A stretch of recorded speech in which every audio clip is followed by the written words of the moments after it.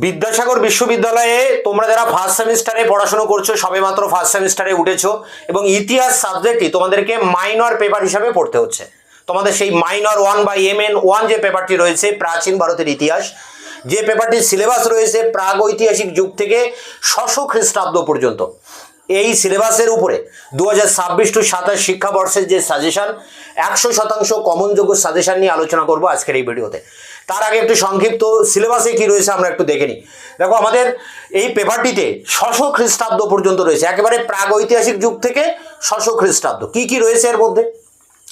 প্রাগৈতিহাসিক যুগ মানে পাথরের যুগ, যে যুগে মানুষ বনে জঙ্গলে বাস করত এবং পাথরের হাতিয়ার ব্যবহার করত। 2.5 লক্ষ বছর মানুষ পাথরের হাতিয়ার ব্যবহার করেছে, এই যুগটাকে বলা হয় পাথরের যুগ। ঐতিহাসিকরা একে 3 ভাগে ভাগ করেছেন: প্রাচীন পাথর, মধ্য পাথর, নব্য পাথর। এগুলো পড়তে হবে।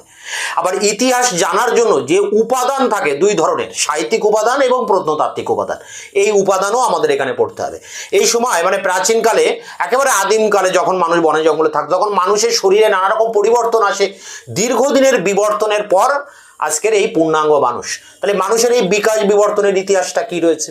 আবার নবপ্রস্তর যুগে মানুষ খাদ্য উৎপাদন করতে শেখে, তখন মানুষ যাযাবর জীবন ছেড়ে দিয়ে তখন খাদ্য উৎপাদকে পরিণত হয়। এটা কিভাবে হয়? এ সব কিছু নিয়ে রয়েছে একেবারে প্রথমে পাথরের যুগে। পাথরের যুগের মানুষ নবপ্রস্তর যুগে এসে তারা স্থায়ীভাবে মেহেরগড়ে তারা গ্রাম গড়ে তোলে, সভ্যতা গড়ে তোলে। এখানে মেহেরগড় সভ্যতা গড়ে তোলে। সেই মেহেরগড় সভ্যতার কি বৈশিষ্ট্য, তা উৎখননের গুরুত্ব কি, এটা আমাদের পড়তে হবে। আবার মেহেরগড় সভ্যতার মানুষ পরবর্তীকালে মেহেরগড় সভ্যতা ত্যাগ করে তারা সিন্ধু নদীর তীরে এসে সিন্ধু সভ্যতা গড়ে তোলে।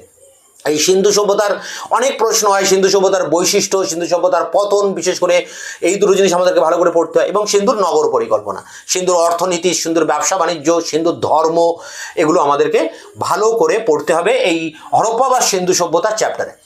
হরপ্পা সভ্যতার ধ্বংস হয় 1500 খ্রিস্টপূর্বাব্দে। কারা ধ্বংস করে? আর্যরা আক্রমণ করে এবং আর্যরা এসে এই সিন্ধুবাসীদেরকে হটিয়ে সিন্ধু অঞ্চল দখল করে এখানে আর্য সভ্যতা গড়ে তোলে। এই আর্য কারা, কোথা থেকে এলেন, এটা প্রশ্ন। আর্যদের সমাজ, অর্থনীতি, রাজনীতি, ধর্ম কি রয়েছে, এগুলো আমাদের জানতে হয়। খ্রিস্টপূর্ব 6ষ্ঠ শতক যখন আর্যরা সিন্ধু অঞ্চল ছেড়ে আরও ভারতবর্ষের পূর্ব দিকে গঙ্গা যমুনা নদীর তীরে চলে আসে এবং এই অঞ্চলে তারা গ্রাম গড়ে তুলে ব্যবসা বাণিজ্য করতে থাকে, এক গ্রামের সাথে আরেক গ্রামে, এবং তার মধ্যে দিয়ে জনপদ গড়ে ওঠে, বাজার গড়ে ওঠে, জনপদ। এর মধ্যে অনেকগুলো বড় আকার ধারণ করে, যেগুলোকে আমরা মহাজনপদ বলি। তো এইরকম 16টা মহাজনপদ গড়ে ওঠে। এই ষোড়শ মহাজনপদ আমাদেরকে জানতে হবে। এই ষোড়শ মহাজনপদের যুগে আরেকটি বিশেষ বিষয় হয় যে প্রতিবাদী ধর্ম আন্দোলন দেখা দেয় হিন্দু ধর্মের, ব্রাহ্মণ্য ধর্মের বিরুদ্ধে। হিন্দু ধর্মের ব্রাহ্মণ ছাড়া আর যে 3টি শ্রেণী রয়েছে, বৈশ্য, ক্ষত্রিয় এবং শূদ্র, তারা বিভিন্ন কারণে, অর্থনৈতিক কারণ, সামাজিক কারণ, ধর্মীয় কারণে প্রচলিত হিন্দু ধর্মের বিরোধিতা করে। একে বলা হয় প্রতিবাদী ধর্ম আন্দোলন। এটা ভালো করে পড়তে হবে। এবং সেই জায়গা থেকে নতুন ধর্মের আবির্ভাব ঘটে, জৈন ধর্ম, বৌদ্ধ ধর্ম। এই জৈন বৌদ্ধ ধর্মের বৈশিষ্ট্য কি, এদের মধ্যে পার্থক্য কি, এইসব আমাদেরকে পড়তে হচ্ছে এই আর্য সভ্যতার পরে 6ষ্ঠ শতক, খ্রিস্টপূর্ব 6ষ্ঠ শতকের চ্যাপ্টারে। পাশাপাশি এই সময় ষোড়শ মহাজনপদ কিভাবে গড়ে উঠছে তার বর্ণনা জানতে হবে। 16টা মহাজনপদের মধ্যে শক্তিশালী ছিল মগধ। মগধ সাম্রাজ্য গড়ে তোলে। সেই মগধ সাম্রাজ্য উত্থান কিভাবে হয় সেটা জানতে হবে। মগধের 4টি রাজবংশ রাজত্ব করে। একেবারে শেষ রাজবংশ ছিল মৌর্য সাম্রাজ্য। তা মৌর্য যুগে চন্দ্রগুপ্ত মৌর্যের কৃতিত্ব, অশোকের কৃতিত্ব, অশোকের ধম্ম, মৌর্য সাম্রাজ্যের প্রশাসনিক ব্যবস্থা, মৌর্য যুগের অর্থনৈতিক ব্যবস্থা, মৌর্য সাম্রাজ্যের পতনের কারণ, এসব বড় বড় প্রশ্ন আমাদেরকে কিন্তু এই মৌর্য যুগে পড়তে হবে। 187 খ্রিস্টপূর্বাব্দে মৌর্য সাম্রাজ্যের পতন ঘটে। কে ঘটান? পুষ্যমিত্র শুঙ্গ। তিনি শুঙ্গ বংশের প্রতিষ্ঠা করেন। এই শুঙ্গ বংশ, কাণ্য বংশের শাসন শুরু হয়। এরপরে ভারতবর্ষে বিভিন্ন বিদেশি জাতি, শক, কুষাণ, হুন, এরা আক্রমণ করতে থাকে। এর মধ্যে কুষাণরা উত্তর ভারতের অনেক অংশটা জুড়ে এরা একটা সাম্রাজ্য গড়ে তোলে, কুষাণ সাম্রাজ্য, যার শক্তিশালী বা শ্রেষ্ঠ রাজা ছিলেন বা সম্রাট ছিলেন সম্রাট কনিষ্ক। কনিষ্কের কৃতিত্ব পড়তে হবে। তার সময়ে, কনিষ্কের সময়ে শিল্পকলার ব্যাপক অগ্রগতি ঘটে ভারতবর্ষে। সেই মথুরা, গান্ধার শিল্প, সেটা পড়তে হবে। কুষাণ যুগের শিল্প সংস্কৃতি পড়তে হবে। কুষাণ রাজত্বকালে রোমের সাথে ভারতের বাণিজ্য হয়, যাকে ইন্দো রোম বাণিজ্য বলা হয়। এই বাণিজ্য আমাদের পড়তে হবে। কুষাণ যুগের অর্থনীতি ভালো করে পড়তে হবে। পাশাপাশি দক্ষিণ ভারতে একই সময়ে সাতবাহনরা রাজত্ব করছিলেন। সাতবাহনদের শ্রেষ্ঠ রাজা গৌতমীপুত্র সাতকর্ণী, তার কৃতিত্ব জানতে হবে।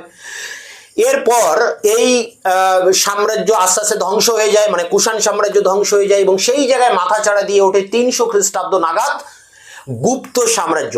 তো সেই গুপ্ত সাম্রাজ্যের প্রথম চন্দ্রগুপ্ত, সমুদ্রগুপ্ত, দ্বিতীয় চন্দ্রগুপ্ত, এই তিনজনের মধ্যে বিশেষ করে সমুদ্রগুপ্ত, দ্বিতীয় চন্দ্রগুপ্তের কৃতিত্ব আমাদের পড়তে হবে।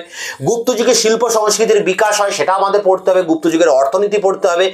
গুপ্ত সাম্রাজ্যের পতন হয়, হুন আক্রমণ ঘটে বারবার, এই জন্য ওই সাম্রাজ্যের পতন হয়।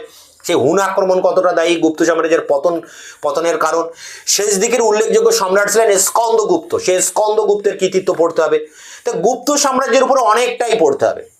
গুপ্ত সাম্রাজ্যের ধ্বংসস্তূপের উপর উত্তর ভারতের সাম্রাজ্য গড়ে তোলেন হর্ষবর্ধন, সেই হর্ষবর্ধনের কৃতিত্ব পড়তে হবে। বাংলাদেশে সেই সময় রাজত্ব করছিলেন শশাঙ্কের কৃতিত্ব পড়তে হবে।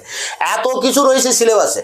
তোমাদের এই যে 4-5টি মডিউল আছে বা টপিক আছে, পাথরের যুগ, হরপ্পা সভ্যতা, আর্য সভ্যতা, খ্রিস্টপূর্ব 6ষ্ঠ শতক, মৌর্য যুগ, কুষাণ যুগ, গুপ্ত যুগ, এগুলো যারা অনার্সে পড়ছে, ইতিহাস অনার্সে, তাদের এখানে 4-5টা পেপার আছে। তাদের 4-5খানা পেপার একসাথে করে নিয়ে তোমাদেরকে এই মাইনর 1 পেপার রাখা হয়েছে তোমরা যারা ফার্স্ট সেমিস্টারে পড়ছো। তাই সিলেবাস অনেক বড়, সাজেশন অনেক বড় হবে সাধারণত। এখানে সাজেশনের মেন প্রশ্নগুলো তোমাদেরকে পড়তেই হবে। তাই সেই সাজেশন আমি অন স্ক্রিনে তুলে ধরছি। দেখো এখানে সাজেশনের বেশিরভাগ প্রশ্নের উত্তর, বলা যায় সমস্ত প্রশ্নের উত্তর আমি চ্যানেলে আপলোড করে দিয়েছি, কোনো একটা প্রশ্নের উত্তর বাকি নেই। এই পেপারের উপরে প্রায় 100-র উপরে বড় প্রশ্নের উত্তর আমি চ্যানেলে আপলোড করে দিয়েছি। ভিডিওর ডেসক্রিপশন বক্সে ক্লিক করলেই তোমরা প্লেলিস্ট পেয়ে যাবে, সমস্ত প্রশ্নের উত্তর সেখানে তোমরা পেয়ে যাবে। এখন আমি অন স্ক্রিনে তুলে ধরছি বিদ্যাসাগর ইউনিভার্সিটি ফার্স্ট সেমিস্টার ইতিহাস মাইনর 1 বা MN1 এই পেপারটি 2026-27 শিক্ষাবর্ষের সাজেশন, যে জায়গা থেকে তোমরা খাতায় নোট ডাউন করবে। Vidyasagar university first semester history minor 1 suggestion 2026-27 group C, যেখানে 10 নম্বরের প্রশ্ন তোমাদের লিখতে হবে। 3টি প্রশ্ন পরীক্ষায়, 5টি প্রশ্ন থাকবে, 3টি প্রশ্ন তোমাদেরকে লিখতে হবে, 30 নম্বর। সেই 10 নম্বরের জন্য যে প্রশ্নগুলো পড়বে দেখো, হরপ্পা সভ্যতার প্রধান বৈশিষ্ট্য, অর্থাৎ নগর পরিকল্পনাকে উল্লেখ করে হরপ্পার বৈশিষ্ট্য আলোচনা করো। হরপ্পার পতনের কারণগুলি লেখো। এই দুটোর মধ্যে একটা কিন্তু পরীক্ষায় আসবে, হরপ্পার বৈশিষ্ট্য নতুবা হরপ্পার পতন। পরের দুটি দেখো, প্রাচীন ভারতের প্রত্নতাত্ত্বিক সাহিত্যিক উপাদানের গুরুত্ব। দুটো আলাদা আলাদা প্রশ্ন, প্রত্নতাত্ত্বিক উপাদান এবং সাহিত্যিক উপাদান, এই দুটোর মধ্যেও একটা পরীক্ষায় আসতে পারে। 1, 2, 3 এই 3টি প্রশ্ন যদি তোমরা ভালো করে পড়ো, আশা করি এর মধ্যে থেকেই 2টো প্রশ্ন কমন পেয়ে যাবে। পরেরটি অশোকের ধর্মের প্রধান বৈশিষ্ট্য আলোচনা করো। পরেরটি গুপ্ত যুগকে সুবর্ণ যুগ বলা হয় কেন। পরেরটি দ্বিতীয় চন্দ্রগুপ্তের কৃতিত্ব আলোচনা করো। পরেরটি গুপ্ত সাম্রাজ্যের পতনের কারণ এবং হুন আক্রমণ কতটা দায়ী। দেখো গুপ্ত যুগের উপরে 3টি প্রশ্ন রয়েছে, গুপ্ত সুবর্ণ যুগ, দ্বিতীয় চন্দ্রগুপ্ত, গুপ্ত সাম্রাজ্যের পতনের কারণ। এই 3টির মধ্যেও কিন্তু একটি প্রশ্ন পরীক্ষায় আসতে পারে। পরেরটি দেখো, মৌর্য সাম্রাজ্যের পতনের কারণগুলি লেখো, খুবই ইম্পর্টেন্ট, এটা আসবেই বলা যায়। কুষাণ সম্রাট কনিষ্কের কৃতিত্ব আলোচনা করো। মগধের উত্থানে ভৌগোলিক অর্থনৈতিক প্রেক্ষাপট। হর্ষবর্ধনের কৃতিত্ব আলোচনা করো। ত্রিশক্তি সংগ্রামের কারণ ফলাফল লেখো। আদি মধ্যযুগে ভারতের নগরায়ন, বিশেষ করে তৃতীয় নগরায়ন সম্পর্কে লেখো। প্রাচীন ভারতে নারীদের সামাজিক অবস্থা বর্ণনা করো। মৌর্য প্রশাসনিক ব্যবস্থার বৈশিষ্ট্য আলোচনা করো এবং গৌতমীপুত্র সাতকর্ণীর কৃতিত্ব আলোচনা করো। 16টা প্রশ্ন রয়েছে, প্রথম দিক থেকে 10-12টা প্রশ্ন পড়বে, তার মধ্যেই তোমরা পরীক্ষায় 5টি প্রশ্ন কমন পেয়ে যাবে। এই সাজেশনের সমস্ত প্রশ্নের উত্তর আমি চ্যানেলে আপলোড করে দিয়েছি, ভিডিওর ডেসক্রিপশন বক্সে তার লিঙ্ক দেওয়া আছে।